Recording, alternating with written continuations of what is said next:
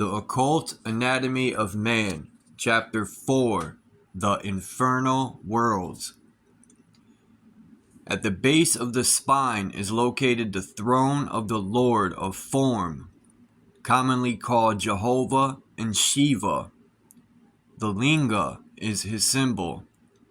He rides the great bull of earthliness. His daughter is death and destruction. Yet he is not a thing of evil.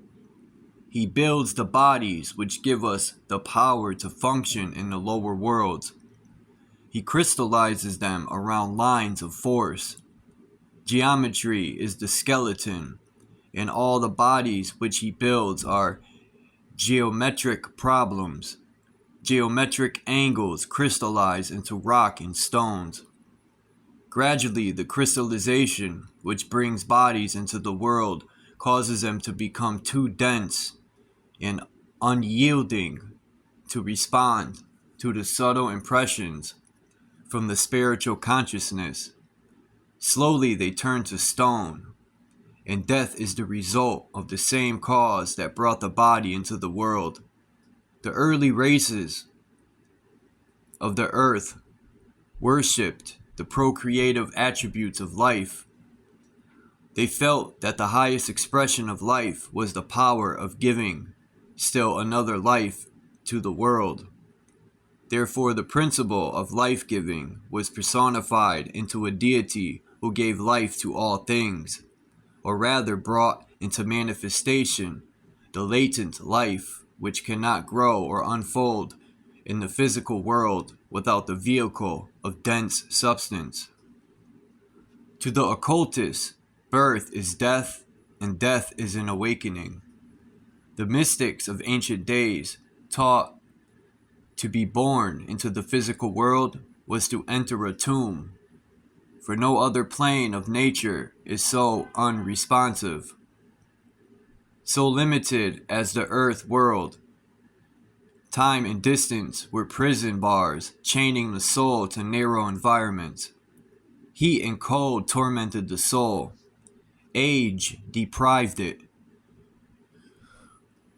of its faculties, and man's life was but a preparation for death. As life is lived under the shadow of death, they taught that it is a mockery, a hollow thing, glided to the careless eye, but tarnished and worm-eaten upon close examination. The physical body became the sepulchre, tire tomb, the place of burial in which spirit lay awaiting the day of liberation, when as a virgin spark it should arise again from the broken urn of clay. Therefore, in all the religions of the world, we have the lower world as a black pit into which Yama, the lord of the underworld, hurls the souls of the damned to suffer in a hell of their own creation. For it is true that each race makes from its own nature the demons which torment it. Here Typhon, the Egyptian god of destruction, with the body of a hog and the head of a crocodile, awaits with yawning jaws to devour those who failed to make proper use of life's opportunities. Among most peoples, a demon is symbolized as part animal, part human. He dwells in the animal nature of man, and those who are controlled by their appetites, their likes and dislikes, their hates and fears, need no further damnation. They have built their own hell and are experiencing its torments.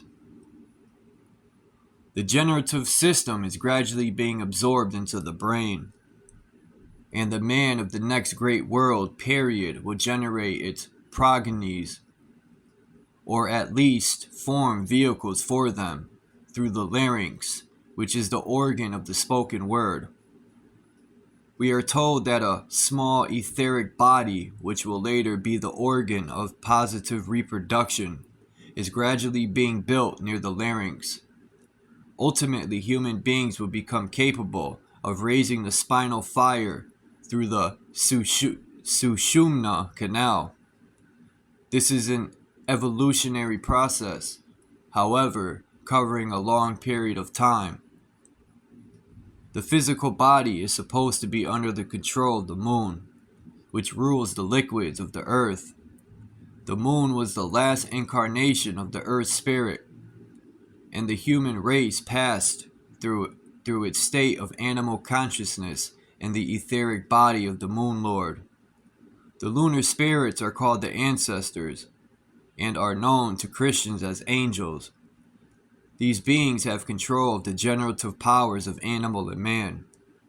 The life coming into incarnation often chooses its future vehicle many years before it appears in the world. It is said that the etheric germ is placed in the body of the parent as long as 20 years before the child comes into the world. This is the result of its search for an environment especially suited to its spiritual and material needs. Certain occult schools have taught that the spiritual consciousness of man was not fixed in any point of the body, but was in whatever part of man his thoughts dwelt. We know that there are 3 worlds where man may dwell. The first is the mental world, where he may live surrounded by his thoughts, his dreams, and his aspirations. The second is the human world, where he may be one of the great middle class, which thinks a little, eats a little, sleeps a little, and worries unceasingly. The third possible home in his animal world, where he may dwell in the midst of passions, lust, and hate, which burn his soul and consume his body. This history of primitive races shows that they have risen through all these stages until at last a few have become truly thinking creatures. The blood of every man is individual.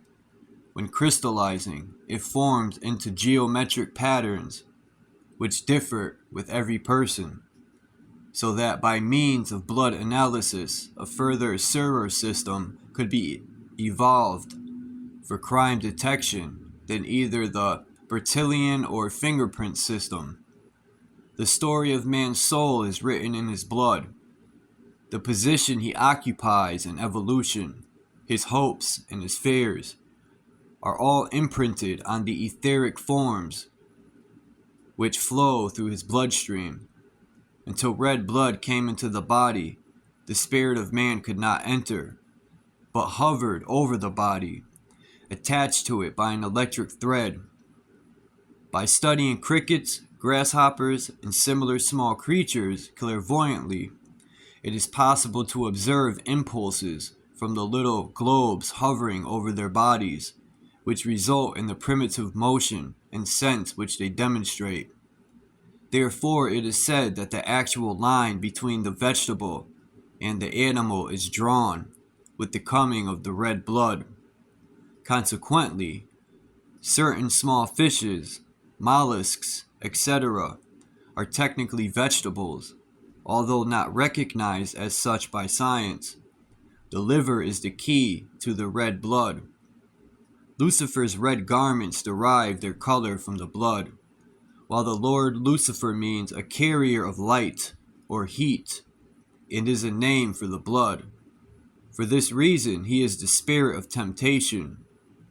In the Christian mysteries, the piercing of the liver of Christ by the spear of the centurion is especially mystical, while Prometheus, the friend of man, hanging upon the peak of Mount Caucasus, with a vulture gnawing at his liver, is the same myth expressed in the symbolism of ancient Greece. It is further interesting to note the relation between the words live and liver, for to have a liver is to live. Along the same line, we may note that the word live spelled backwards becomes evil, and the word lived becomes devil. This peculiar relationship is found not only in English, but to a slightly less noticeable degree in several languages. When we take up this, however, we become involved in the study of Kabbalism, which in the analysis of the symbolic meaning of words.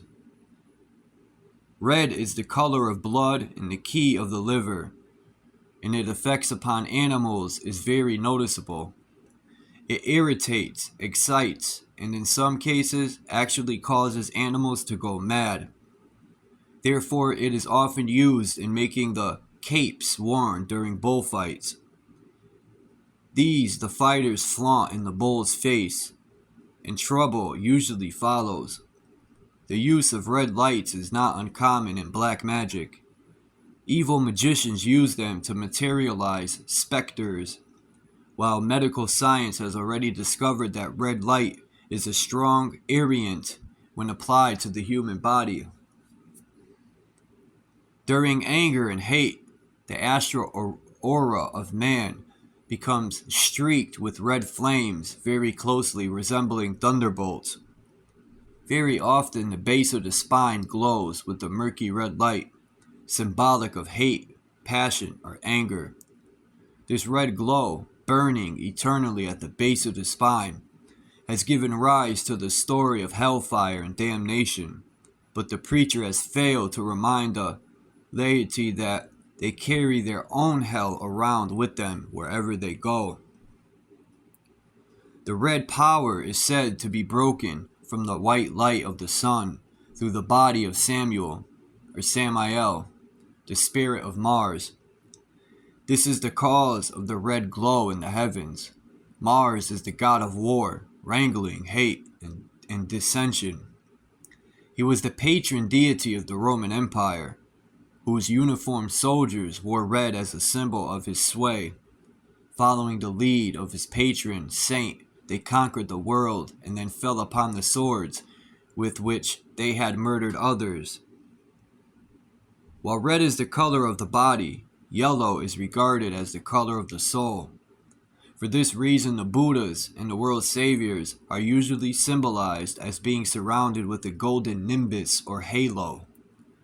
This light is the yellow robe, also the light bearing witness to darkness, of which St. John wrote.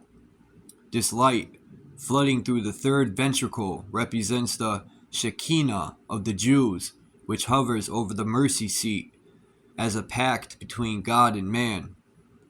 Yellow is a vitalizer, a life giver. Therefore, the golden-haired sun and its personification, the Christ, are both givers of life. The vitalization may be successfully treated by exposing the spleen to sunlight. Blue, the highest of the three primary colors, is the color given to the Father.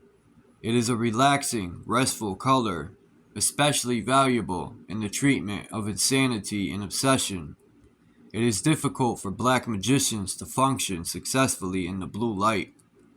Its affinity to the mind is very evident, and it gathers as an electric sea in the pineal gland, as an extract from all the spiritual qualities of human nature. The blue heart to every flame was said to symbolize the invisible Father behind the glowing sun. In the words of Christ, "He that hath seen me hath seen the Father. I am in the Father, and the Father in me." The use of colors in symbolism is very interesting. The green dragon, whom the heroes of mythology usually slay, representing the earth. The white armor is a purified physical body. The black magician is darkness and uncertainty. All colors have symbolic value, and great lessons can be learned from the study of the application of these values to occultism.